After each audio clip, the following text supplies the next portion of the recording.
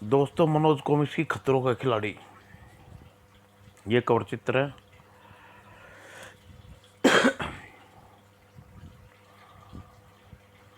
चलो दोस्तों, शुरू करते हैं। बहुत समय पहले की बात है। नीलगिरी पहाड़ियों के बीच एक हरा भरा तपोवन था, जहाँ गौतम ऋषि अपने आश्रम तथा आश्रम के में ऋषि मुनियों का निवास करते थे। वहाँ प्रतिदिन यज्ञ होता था। वेद उच्चारण मंत्रों का चारों ओर गूंजते थे। आश्रम में सैकड़ों गायें थी। गायों का दूध शाम को गौतम ऋषि के शिष्य निकालते। गाय का दूध पीने के साथ ही धार्मिक कृत्यों में काम भी आता था। गोधन से दही, घी प्रचुर मात्रा में मिल जाता था। आश्रम में हितेशी नाम का एक शिष्य रहता था। वह बलवान व हष्टपुष्ट था, स्वभाव से हंसमुख, भोला, पढ़ाई में तनिक भी रुचि न थी। खाओ पियो मस्त मस्त जीवन जियो, इसी का नाम है। वह पेट भर फल खाता, नदी झरनों में ठंडा जल पीता और मस्ती का जीवन बिताता। आश्रम के थोड़ी दूर वन में एपासुर अपासुर नाम का एक राक्षस रहता था। ऋषि मुनियों को परेशान करना, उसका गाय चुरा कर गाय खा जाना उसका उसके 4 पुत्र का स्वभाव बन गया था। कितना स्वादिष्ट मांस है, चपड़ चपड़। और आश्रमवासी ठहरे शांत स्वभाव के, वे उनका कुछ न बिगाड़ पाते। गाय आश्रम से बाहर चरने निकलती, मौका पाकर पप्पासुर उस और उसके बेटे गाय चुरा कर ले जाते। आश्रम में सैकड़ों गायें थी, कौन गिनती करता। मगर धीरे धीरे गायें कम होने लगी थी। गौतम ऋषि कुछ सोचते हुए बोले, गायें कम होती जा रही हैं।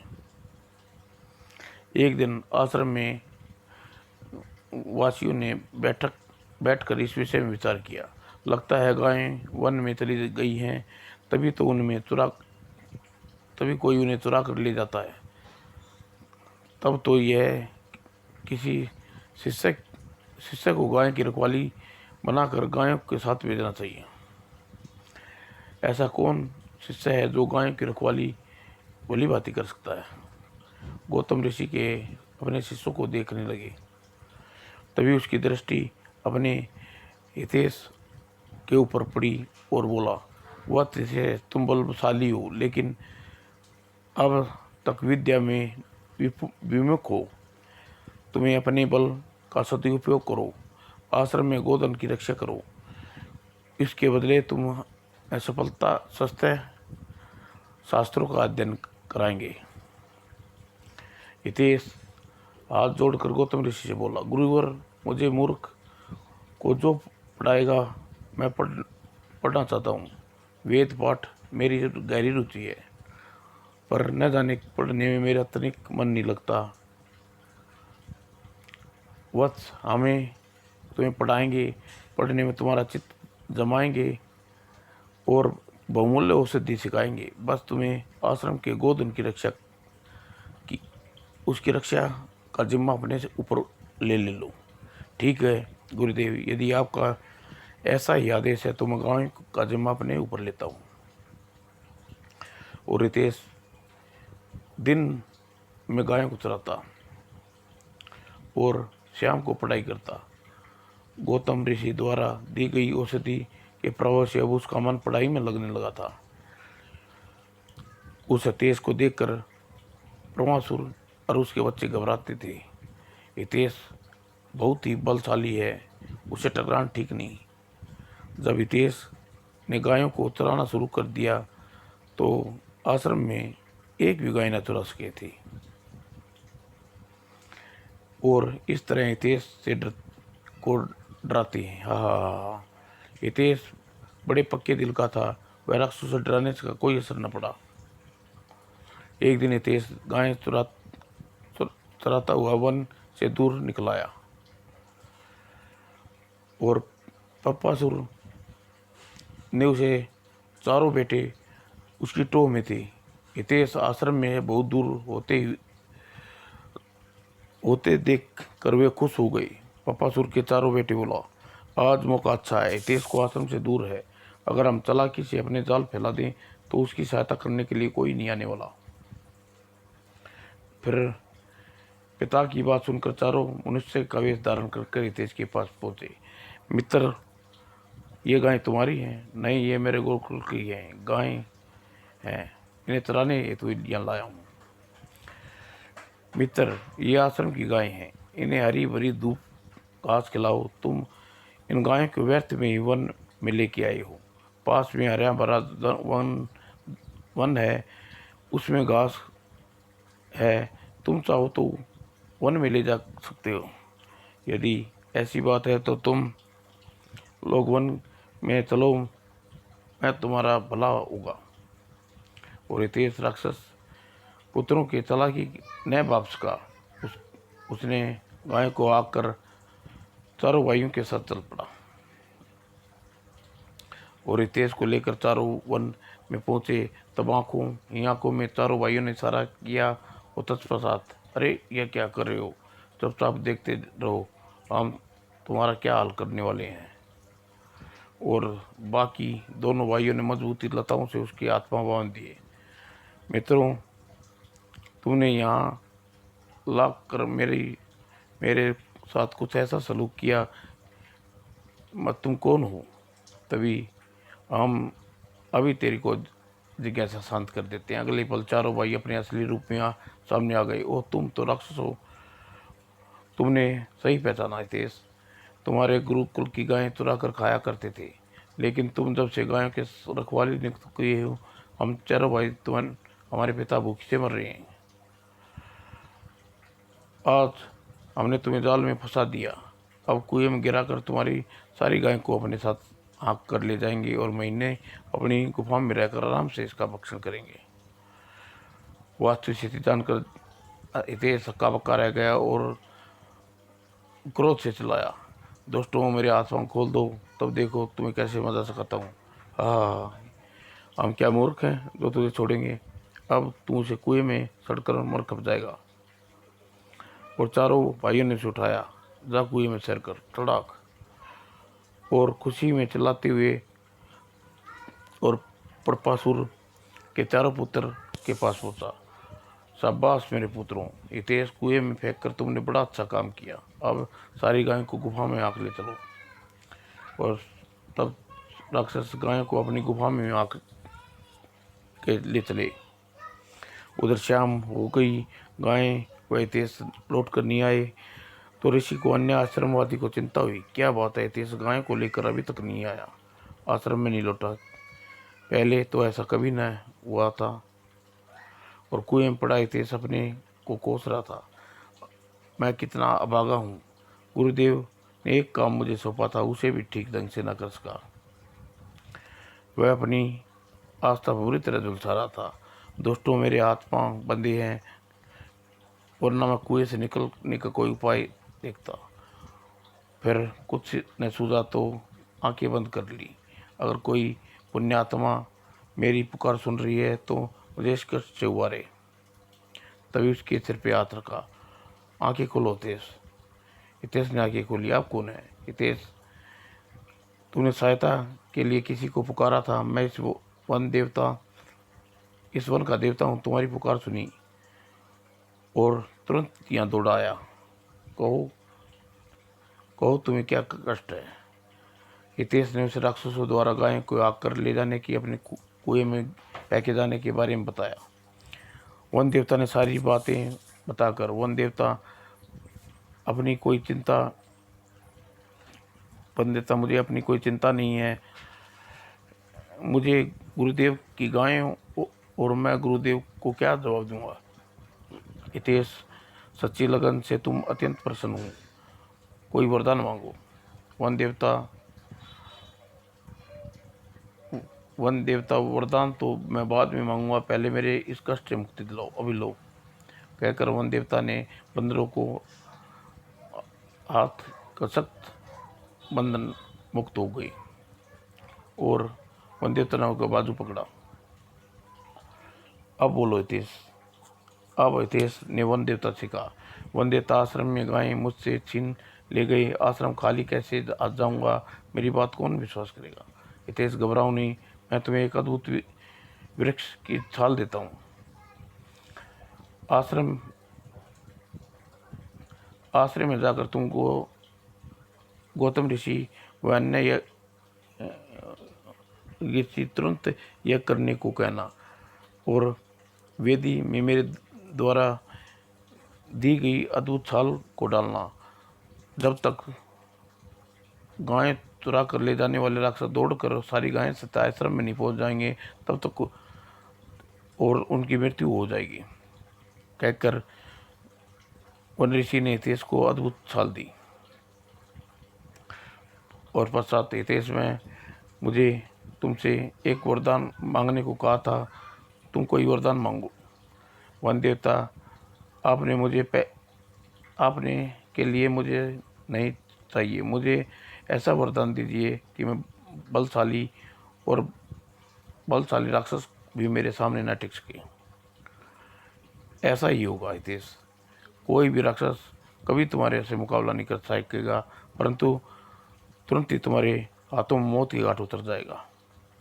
और वन देवता प्रणाम करके हितेश आश्रम चल दिया। और आश्रम में पहुंचकर हितेश, कहाँ रह गए थे तुम, गायें कहाँ हैं। गुरुदेव, मैं आपके सभी प्रश्नों का उत्तर दूंगा, पहले आप तुरंत एक यज्ञ की आयोजन कीजिए। और हितेश के अनुरोध पर गौतम ऋषि ने अग्नि निरात्रि में ही यज्ञ का आयोजन किया। मुझे अभद्र वृक्ष की छाल से यज्ञ वेदी में डाल देनी चाहिए। और हितेश ने तुरंत यज्ञ की वेदी में वृक्ष की छाल डाली और तत्काल ही वेदी से काला धुआं उड़ा और एक दिशा में चल पड़ा। उधर गुफा में बैठा अपने पुत्रों से बोला, अब हमें गांव का भक्षण करना चाहिए। आप ठीक कह रहे हैं। और अपने पुत्र के साथ गांव के पास पहुंचा और तभी गौतम ऋषि के आश्रम से चलकर यज्ञ की वेदी का काला धुआं वहाँ पहुंचा। और जैसे ही धुएं ने पवित्र की सुगंध आ रही थी और यज्ञ से यतंत गायें उठी और वहाँ चल दी। ओह, यह क्या गोरखधंधा है, गाय के पीछे पीछे हम भी स्वयं ही चले जा रहे हैं। आगे आगे गाय चल रही थी, पीछे पीछे भस्मासुर और उसके पुत्र यज्ञ वक्त चले जा रहे थे, यंत्र वक्त चले जा रहे थे। गायें सिर दी स्वयं चलती हुई गौतम ऋषि के आश्रम में पहुंची। और उधर देखो गुरुदेव, वे राक्षस गाय को हाँक कर इधर हिला रहे हैं। गौतम ऋषि ने चौंक कर उस ओर देखा, सचमुच, लेकिन अपने आप गायें इधर क्यों ला रहे हैं। और थोड़ी देर बाद यक्ष की वेदी के निकट पहुंचते ही, अरे मेरे पुत्रों को क्या हुआ। और परमासुर के चारों पुत्र पृथ्वी पर गिर पड़कर तड़पने लगे, सिर दीने प्राण उठ गए। और जब रोता बिलखता परमासुर दौड़ता हुआ हितेश के चरणों में, मुझे माफ़ कर दो हितेश, मुझे क्षमा कर दो, मैंने मेरे पुत्रों के साथ तुम्हारा बुरा व्यवहार किया, इसके लिए लज्जित हूँ। मेरे बेटों को उनकी खोटे कर्मों की फल मिल गया है, मेरे हृदय में पश्चाताप की अग्नि से जल रहा है, मेरे पर उद्धार करो। और हितेश ने उसे उठाया। परमासुर, जो हो गया उसे भूल जाओ, अब सदाचार पूर्ण जीवन व्यतीत करो, तुम्हारा उद्धार होगा। और हितेश ने उसे कहीं नहीं जाना है। मेरे पुत्र मर चुके हैं, मैं इसी आश्रम में रहकर जीवन और गो सेवा करूंगा और मेरा उद्धार होगा। मुझ पर आश्रम में रहने की अनुमति दे। परमासुर, यह आश्रम है मेरे गुरुदेव का है, गुरुदेव आश्रम में रहने की अनुमति दे सकते हैं। गौतम ऋषि ने आगे बढ़कर परमासुर से कहा, परमासुर, मुझे खुशी है कि मेरे शिष्य हितेश के कारण तुम्हारा हृदय परिवर्तन हो गया, इसलिए संघर्ष आश्रम में गौ सेवा कर सकते हो। और सुनकर परमासुर की आंखें खुशी से चमक गई। और उधर परंतु परमासुर हृदय में परिवर्तन हो गया था। वह दिन भर गायों की सेवा करता और वन में चराने जाता। अन्य राक्षसों को वह नगावरा गुजरा और परमासुर से कहते, राक्षस कुल में जन्म लिया है, तू गायों की सेवा में जुटा है, धिक्कार है तुझ पर। इस निश्चित काम से छोड़ दे, क्यों नहीं देते? और तुम्हें इससे क्या, जाओ, भाग जाओ यहाँ से। और खींच कर राक्षस लौट जाते। हितेश अब पूरे मनोयोग से ऋषि की शिक्षा अध्ययन कर रहा था। हितेश, अब मेरे सबसे योग्य शिष्य हो गए हो। मुझे तुम पर गर्व है गुरुदेव। यह सब आपकी कृपा थी का फल है। आपने मुझे अनपढ़ को विद्वान बनाया। 2 वर्ष में हितेश पूरी शिक्षा संपूर्ण कर ली और एक दिन गौतम ऋषि भवन पूजा के लिए निकले। बिठोबा के राजा प्रताप के रथ यहाँ महाराज किस प्रयोजन से आए हैं? और गौतम ऋषि ने आगे बढ़कर राजा प्रताप वर्मा से कहा, राजन, आश्रम में आपका स्वागत है। राजा प्रताप वर्मा ने प्रणाम किया और गौतम ऋषि से आदर से आश्रम में ले गए। और कुछ देर बाद पश्चात राजा गौतम वर्मा ऋषि से निवेदन किया, ऋषि और मैंने युवराज अभिन वर्मा के संबंध में मिथिला की राजकुमारी कनक के साथ तय किया है। आपको लेने आया हूँ। 15 दिन पश्चात विवाह हुआ। आप मेरे साथ चलकर युवराज के विवाह में अपने हाथों से करवाने की कृपा करें। गौतम ऋषि कुछ सोचते हुए बोले, राजन, मुझसे यह समारोह में जाने अपने हाथों संपन्न करवाना पर बहुत खुशी होती, पर इस समय आपके साथ नहीं चल पाऊंगा। क्यों ऋषिवर? राजन, आज मेरे 1 माह तक चलने के उपरांत पर 1 माह तक चलने वाला अनुष्ठान आरंभ करना है। उसे छोड़कर मैं आपके साथ कैसे जा सकता हूँ? यदि आप मुझे इससे पहले विवाह की सूचना भिजवा देते तो आज शुरू करने वाला अनुष्ठान मैं बाद में भी कर सकता था। ओह, मुझसे भूल होगी ऋषिवर। आप काज में फंसा रहा, इससे पहले ना आ सका। आपके बिना यह विवाह कैसे होगा? राजन, एक उपाय है। मेरे एक प्रिय शिष्य थे, उसे अपने साथ ले जाओ। वह छोटा अवश्य है, परंतु सभी शास्त्रों का ज्ञाता है। कर्मकांड में वह निपुण है। मुझे स्वीकार है महर्षि। अपने शिष्य हितेश को मेरे साथ भेज दीजिए। और गौतम ऋषि ने उसी समय हितेश को बुला कर कहा, हितेश, राजा प्रताप वर्मा के पुत्र का विवाह, सभी संस्कार तुम्हें करने हैं।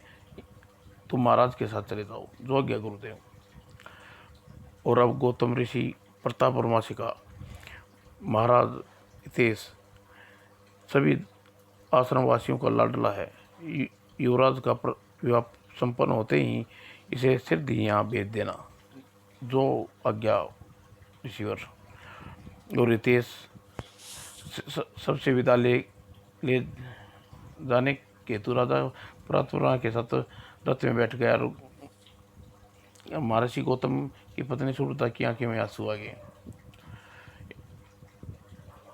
आंसू भरकर राजा प्रताप से बोली, राजन, हितेश बड़ा चंचल स्वभाव का है, कभी आश्रम में इतनी दूर नहीं गया। राक्षस इसके बगैर रखते हैं। आप रक्षा का भार आप पर है। आप फिक्र न करें, प्राण हितेश की रक्षा करूंगा और विवाह हो जाने के पश्चात इसे सुकुशल यहाँ पहुँचा दूंगा। और तब प्रताप वर्मा ने आदेश पर सारथी ने रथ विठोबा की तरफ दौड़ा दिया। अब प्रतापसुर के गौतम ऋषि से कहा, गुरुदेव, अपने हितैषी राजा हितेश को राजा के प्रताप वर्मा के यहाँ इस प्रकार अकेला भेज कर ठीक नहीं किया। क्यों? प्रपासुर: गुरुदेव, मेरे कारण राक्षस जाति के सभी लोग हितेश से खार खाए हुए हैं। वे विठोबा को रास्ते में श्यामवन पड़ता है, वहाँ राक्षसीपुरी है। वहाँ प्रताप वर्मा के साथ हितेश वहाँ से गुजरेगा तो राक्षस बकासुर उस पर अवश्य आक्रमण करेगा। तुम हितेश की फिक्र न करो प्रकाशु, वह अपनी सुरक्षा स्वयं कर लेगा। उधर श्यामवन में वृक्ष पर उल्टा लटका राक्षस राज बकासुर सूर्य को उपासना कर रहा था। हे सूर्य देव, मुझे ऐसा दिव्य शक्ति दे दे जैसे किसी को भी मार सकूं, तीनों लोगों में अपना शासन कायम कर सकूं। और बकासुर 6 महीने से पेड़ पर उल्टा लटका इसी तरह घोर तपस्या कर रहा था। उसे उद्देश्य से किसी भवन में गुजरने की सख्त मनाही थी ताकि वह तपस्या भंग न पड़ जाए। तब राजा प्रताप के आदेश पर सारथी को एक स्थान से दूसरी स्थान पर मोड़ा। यह क्या महाराज, आपने रथ को मुड़वा क्यों लिया? बिठौरा तो रास्ते सामने से श्यामवन से होकर आप सीधे रास्ते न जाकर टेढ़े क्यों जा रही हो? हितेश, तुम नहीं जानते, श्यामवन में राक्षस राज बकासुर का राज है और उसका आदेश है कि कोई भी मानव यदि भूल कर शमशान श्यामवन से होकर गुजरा तो उसे गंभीर परिणाम भुगतना पड़ेगा। इसलिए मैं आया भी टेढ़े रास्ते से था और जा भी टेढ़े रास्ते से हूँ। राजन, इस प्रकार से गीदड़ धमकियों शिकार लोग डरते हैं और फिर आप तो एक राजा के राजा हैं। इस प्रकार डर कर आप रथ दूसरे रास्ते से ले जाना कति आपको शोभा नहीं देता। नहीं तेज, मैं ऐसा नहीं होने दूंगा। आप रथ श्यामवन की ले चलिए, मैं देखता हूँ राक्षस हमारा क्या बिगाड़ लेता है। हितेश, जिद न करो, श्याम वन बिठोबा जाने का खतरा ही खतरा है। तब राजा ने रथ रुकवाइए, मैं आपके साथ बिठोबा नहीं जा सकता, मुझे क्षमा कर दीजिए। ओह हितेश, तुम तो बढ़िया ठीक हो। प्रताप वर्मा ने और कोई चारा न देख रहा सारथी से बोला, सारथी रथ को श्यामवन की तरफ से ले चलो। और रथ आदेश पर श्यामवन की तरफ मुड़ गया और कुछ देर बाद रथ श्यामवन में प्रवेश किया।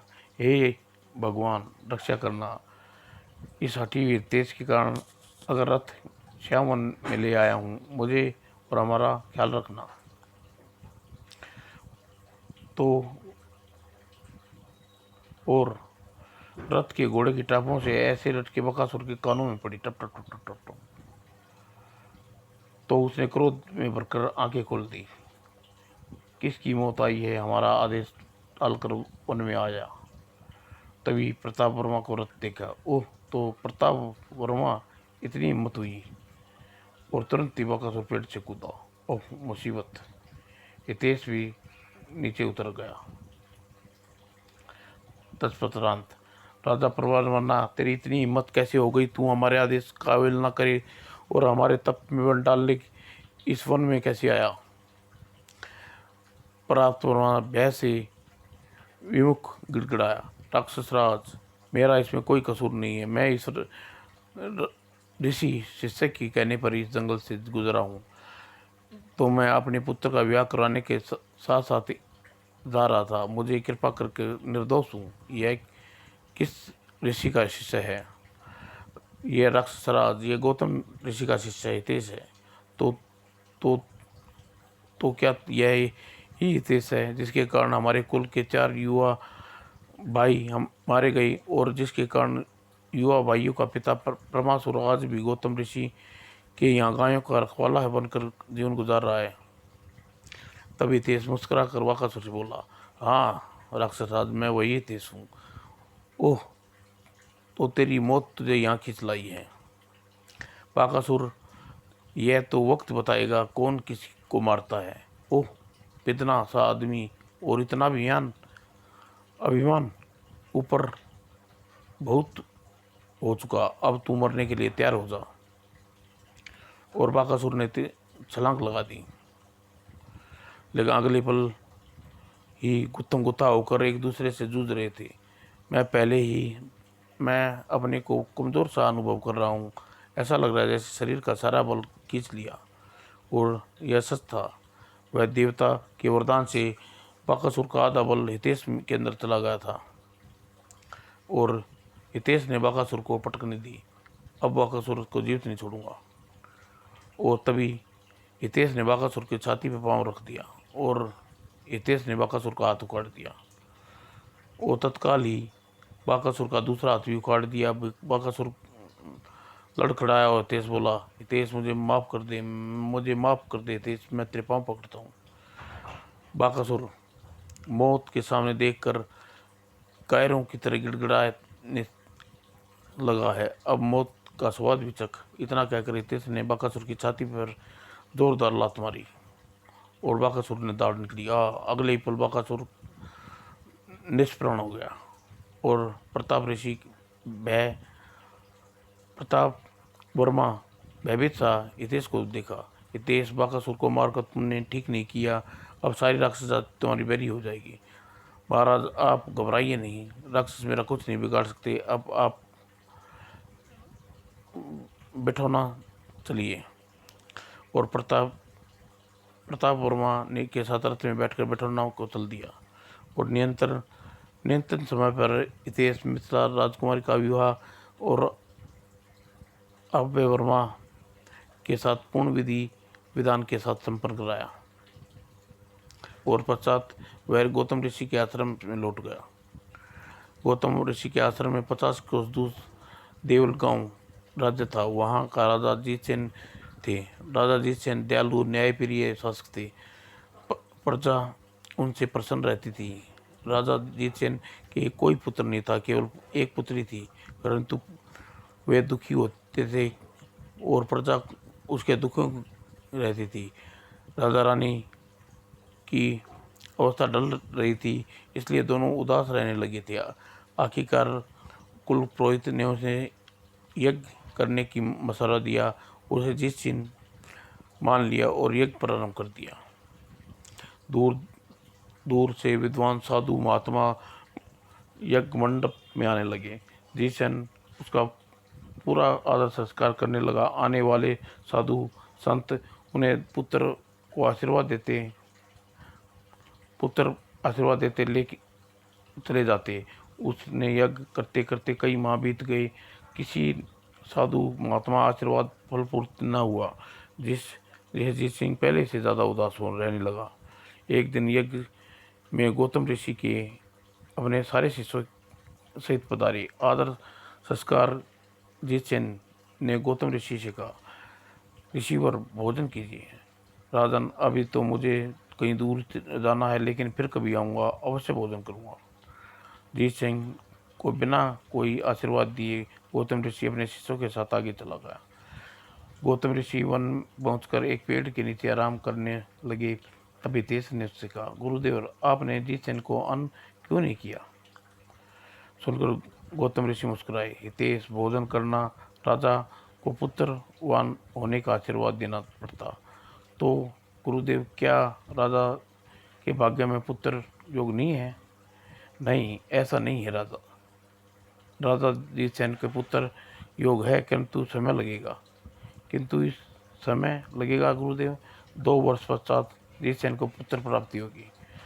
क्षमा करें गुरुदेव, राजा जीतसेन के विषय में बात करके मैंने चक्कर में वन से आपके लिए कंदमूल लाना भूल गया। कोई बात नहीं, जाओ अब लेकर आ जाओ। और हितेश कंदमूल लाने के लिए वन में चला गया। इधर इधर सभी राक्षसों का गुरु शुक्राचार्य के पास पहुंचे।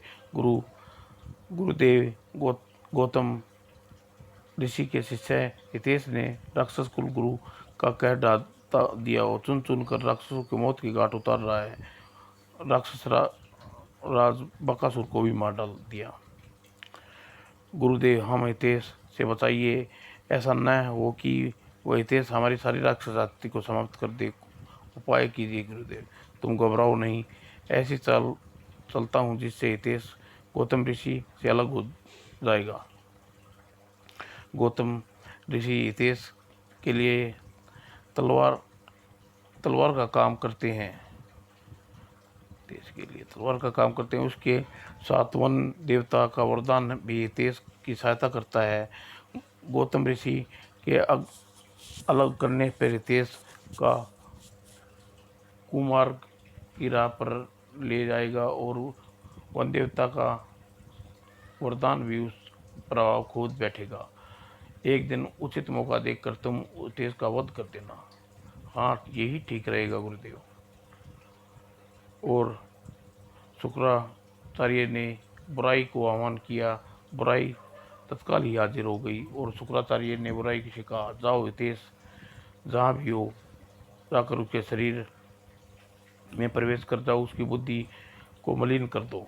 जो गया। शुक्राचार्य के आदेश पर बुराई देवी वहाँ से उठ चली और सिर दीवन में एक स्थान पर पहुंचकर हितेश गौतम ऋषि के फन और कंदमूल इकट्ठे किए। हितेश के अंदर प्रविष्ट हो जाती हूँ। अगले ही पल जैसे ही बुराई हितेश के अंदर प्रविष्ट, हितेश सोचने लगा, मेरा सारा जीवन इसी प्रकार गौतम ऋषि के लिए वन में कंदमूल बिनती बिनती बीत जाएगा।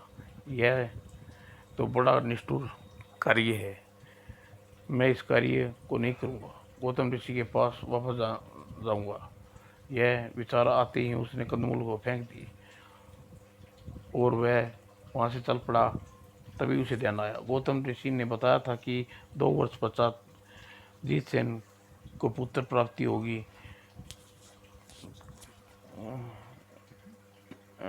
क्यों न मैं देवकर जाकर राजा जीत सिंह को यह सब समाचार दूँ। राजा खुशखबरी से मालामाल कर देंगे।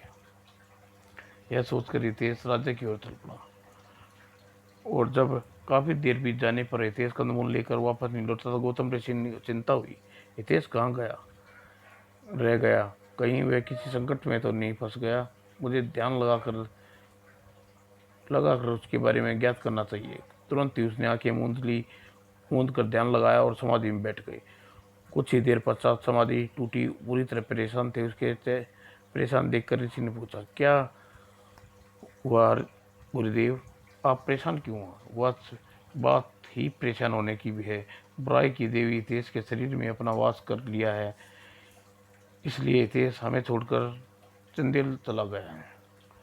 गुरुदेव परेशान ना होइए। तब पापासुर जैसा राक्षस बुराई का त्याग कर सकता है, तो हितेश बुराई को त्याग नहीं कर सकता। आप हितेश को भलाई के लिए कुछ उपाय कीजिए गुरुदेव। उपाय इतना सरल नहीं है। बस पूरे 3 वर्ष तक मुझे लगातार एक यज्ञ करना होगा। हितेश के शरीर में घुसी बुराई को बाहर निकलेगी। तब दुखी से गौतम ऋषि के शिष्यों वापस अपने आश्रम में लौट गए। गौतम ऋषि अपनी पत्नी हितेश के बारे में जानकर बहुत दुख हुआ। उसने हितेश का राजा जीतसेन के राज्य के पास पहुंचा। राजन, आपको 2 वर्ष पश्चात पुत्र की प्राप्ति होगी। मैं तुम्हारी बात को कैसे विश्वास करूं? कितने ही महात्मा आए, यह आशीर्वाद देकर चले गए और मनोरथ अब तक पूरा नहीं हुआ। राजन, तुम हमारा अपमान कर रहे हो। मैं चलता हूँ। मैंने समाधि लगा कर जाना था, तुम्हें व्यर्थ में बताने चला आया। क्षमा करें, आपको अपशब्द कह गया। आप कहीं न जाइए, आप यहीं रह रहिए, व्यवस्था की जाएगी। आप हमारे लिए पूज्य अतिथि हो।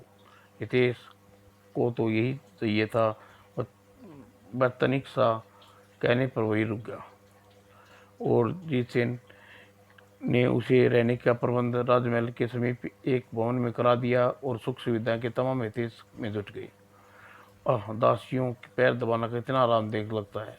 मैं कितना मूर्ख था जो उन जंगलों की धूल भागता फिर रहा था। तब साधना वेदन रुचि तनिक भी न थी। सुख सुविधाओं और मोह में चला गया था और गौतम ऋषि का हितेश का कल्याण के लिए 3 वर्ष लगातार चलने वाला यज्ञ आरंभ कर दिया। उधर हितेश चोरी छिपे वेश बदल कर नृत्यों का नृत्य देखने जाने लगा। ओह सोमरस, यह अत्यधिक पान करने लगा और इस तरह देवल में रहते रहते 14 महीने बीत गए। एक दिन राजा तेज के पास आया। तपस्वी, आपका कथन सत्य होने जा रहा है। महारानी सुनलता इन दिनों गर्भवती है। आप चिंता न करिए महाराज, 8 महीने पश्चात पुत्र का जन्म देगी। ठीक 8 महीने पश्चात रानी सुनलता को एक सुंदर पुत्र को जन्म दिया। वीर सिंह दौड़ा दौड़ा तेज के पास आया। तपस्वी, तुम्हारे आशीर्वाद से रानी ने पुत्र को जन्म दिया है। राजन, तुम्हें खुशी है कि तुम्हारा मनोरथ पूर्ण हुआ। और उधर शुक्राचार्य प्रसन्न होकर राक्षसों से कह रहे थे, बड़ी खुशी की बात है, तेज गले तक बुराई में डूब चुका है। अब जिस दिन भी वह सिर बुराई में डूब जाएगा उसी दिन उसका अंत हो जाएगा। कुछ माह और बीते। एक दिन जब हितेश अपने भवन की छज्जे पर खड़ा था तो राजकुमारी सुनलता रथ के सामने से गुजर रही थी। कौन है यह रूपवती? इसके रूप में हम जादू सा कर दिया है।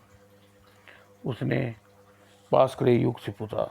सेवक, अभी अभी रथ में नीचे कौन गुजरा है? उसमें रूप से बैठी कौन थी? वे उन्हें कौन नहीं जानता? वह तपस्वी, वे तेजीत सिंह की पुत्री राजकुमारी सुनंदा है। तभी हितेश को सोचने लगा, राजकुमारी सुनंदा के रूप की खान किसी प्रकार सुनंदा को अपने अधिकार में कर लेना चाहिए। अतः वह दिमाग में मन बुरी तरह प्रयत्न रचने और बोलने लगा। अंत में वह एक योजना बनाकर उस दिन जीतसेन से मिला। तपस्वी, तुम यहाँ? महाराज, आज आपको राजकुमारी सुनन्या के भविष्य के बारे में बताने आया हूँ। राजकुमारी सुनन्या के भविष्य में क्या तपस्वी? राजन, सुनन्या के ऊपर राहु आक्रमण करने वाला है, जिससे उस फलस्वरूप राजकुमारी की मृत्यु भी हो सकती है। ओह, यदि ऐसा हो गया तो विपदा को टालने का कोई उपाय है तपस्वी? राजन, उपाय तो है, पर आप उस पर उपाय करना नहीं चाहेंगे। तपस्वी, तुम बताओ तो सही, मैं कठिन से कठिन उपाय भी करने को तैयार हूँ। तो सुनिए राजकुमार। राजकुमारी सुनन्या को मेरे पास शयन कक्ष में आना होगा। वह यज्ञ का आयोजन करूँगा, पूरे 6 माह तक चलेगा। यह तो बड़ा सरल उपाय है तपस्वी। मैं आज ही सुनन्या को लेकर शयन वन में चलने को तैयार हूँ। राजन, यही मुश्किल है कि सुनन्या के लिए मेरे साथ शयन वन में कक्ष में हेतु आना होगा। ओह, तो यह बात है। जीतसेन सोच में पड़ गया। उसे सोच में देखकर, क्या बात है महाराज, आप मेरे ऊपर विश्वास नहीं है तो राजकुमारी सुनन्या को मेरे वन में भेजने से हिचका रही हैं? नहीं नहीं तपस्वी, ऐसी बात कोई बात नहीं है, मैं तुम्हें पूरा विश्वास है। तो ठीक है महाराज, कल ही राजकुमारी सुनन्या को साथ श्याम वन में भेजने की प्रबंध करता हूँ, कीजिए। ठीक है तपस्वी।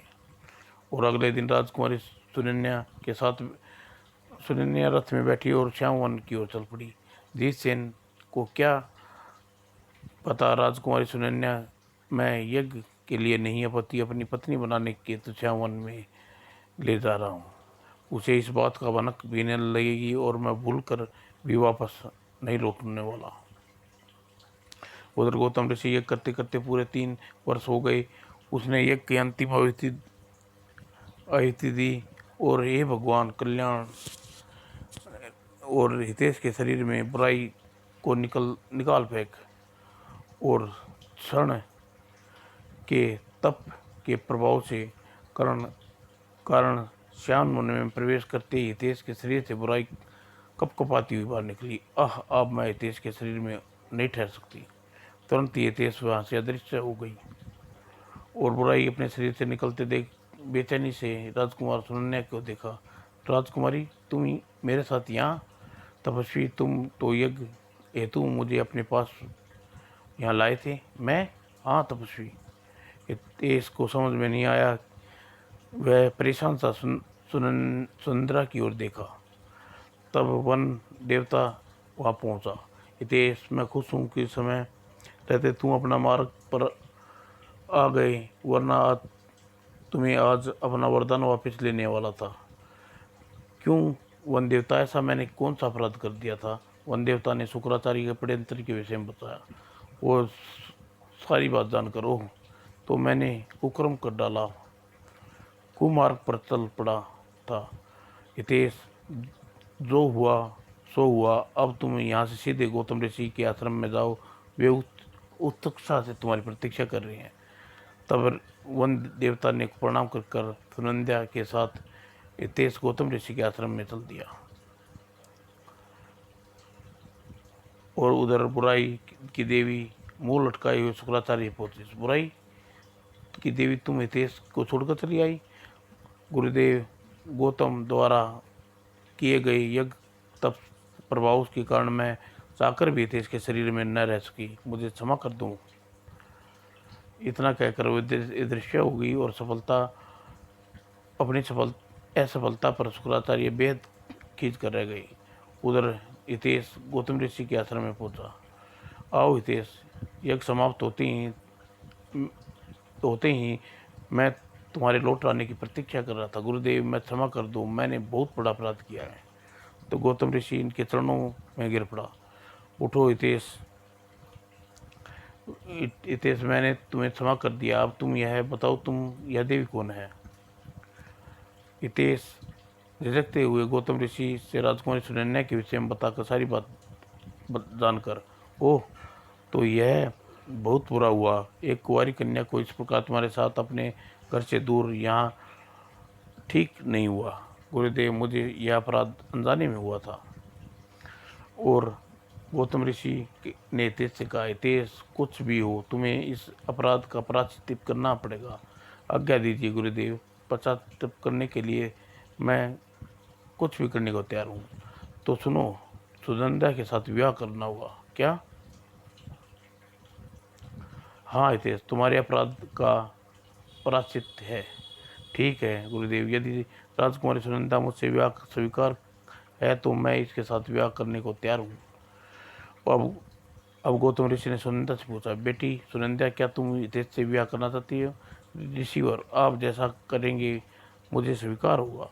एक प्रकार से यह सुनंदा की स्वीकृति थी। उस दिन आश्रम में ही सुनंदा का विवाह संपन्न हुआ और पश्चात गौतम ऋषि सुनंदा को हितेश को लेकर जितसेन के पास पहुंचे। सारी बात जानकर पहले तो जितसेन बहुत लाल पीला हुआ, फिर गौतम ऋषि के समझाने से उसे हितेश को अपना दामाद स्वीकार कर लिया। और गौतम ऋषि ने जितसेन से कहा, राजन, आप हितेश तुम्हारा हुआ, मेरे आश्रम में न रहकर तुम्हारे पास रहेगा, जो आज्ञा ऋषिवर। और हितेश ने जितसेन की बात छोड़कर गौतम ऋषि आश्रम में वापस लौट गए। उनके जाने के बाद जितसेन ने आधा राजा हितेश को दे दिया और हितेश आनंदपूर्वक जीवन बिताने लगा। समाप्त दोस्तों।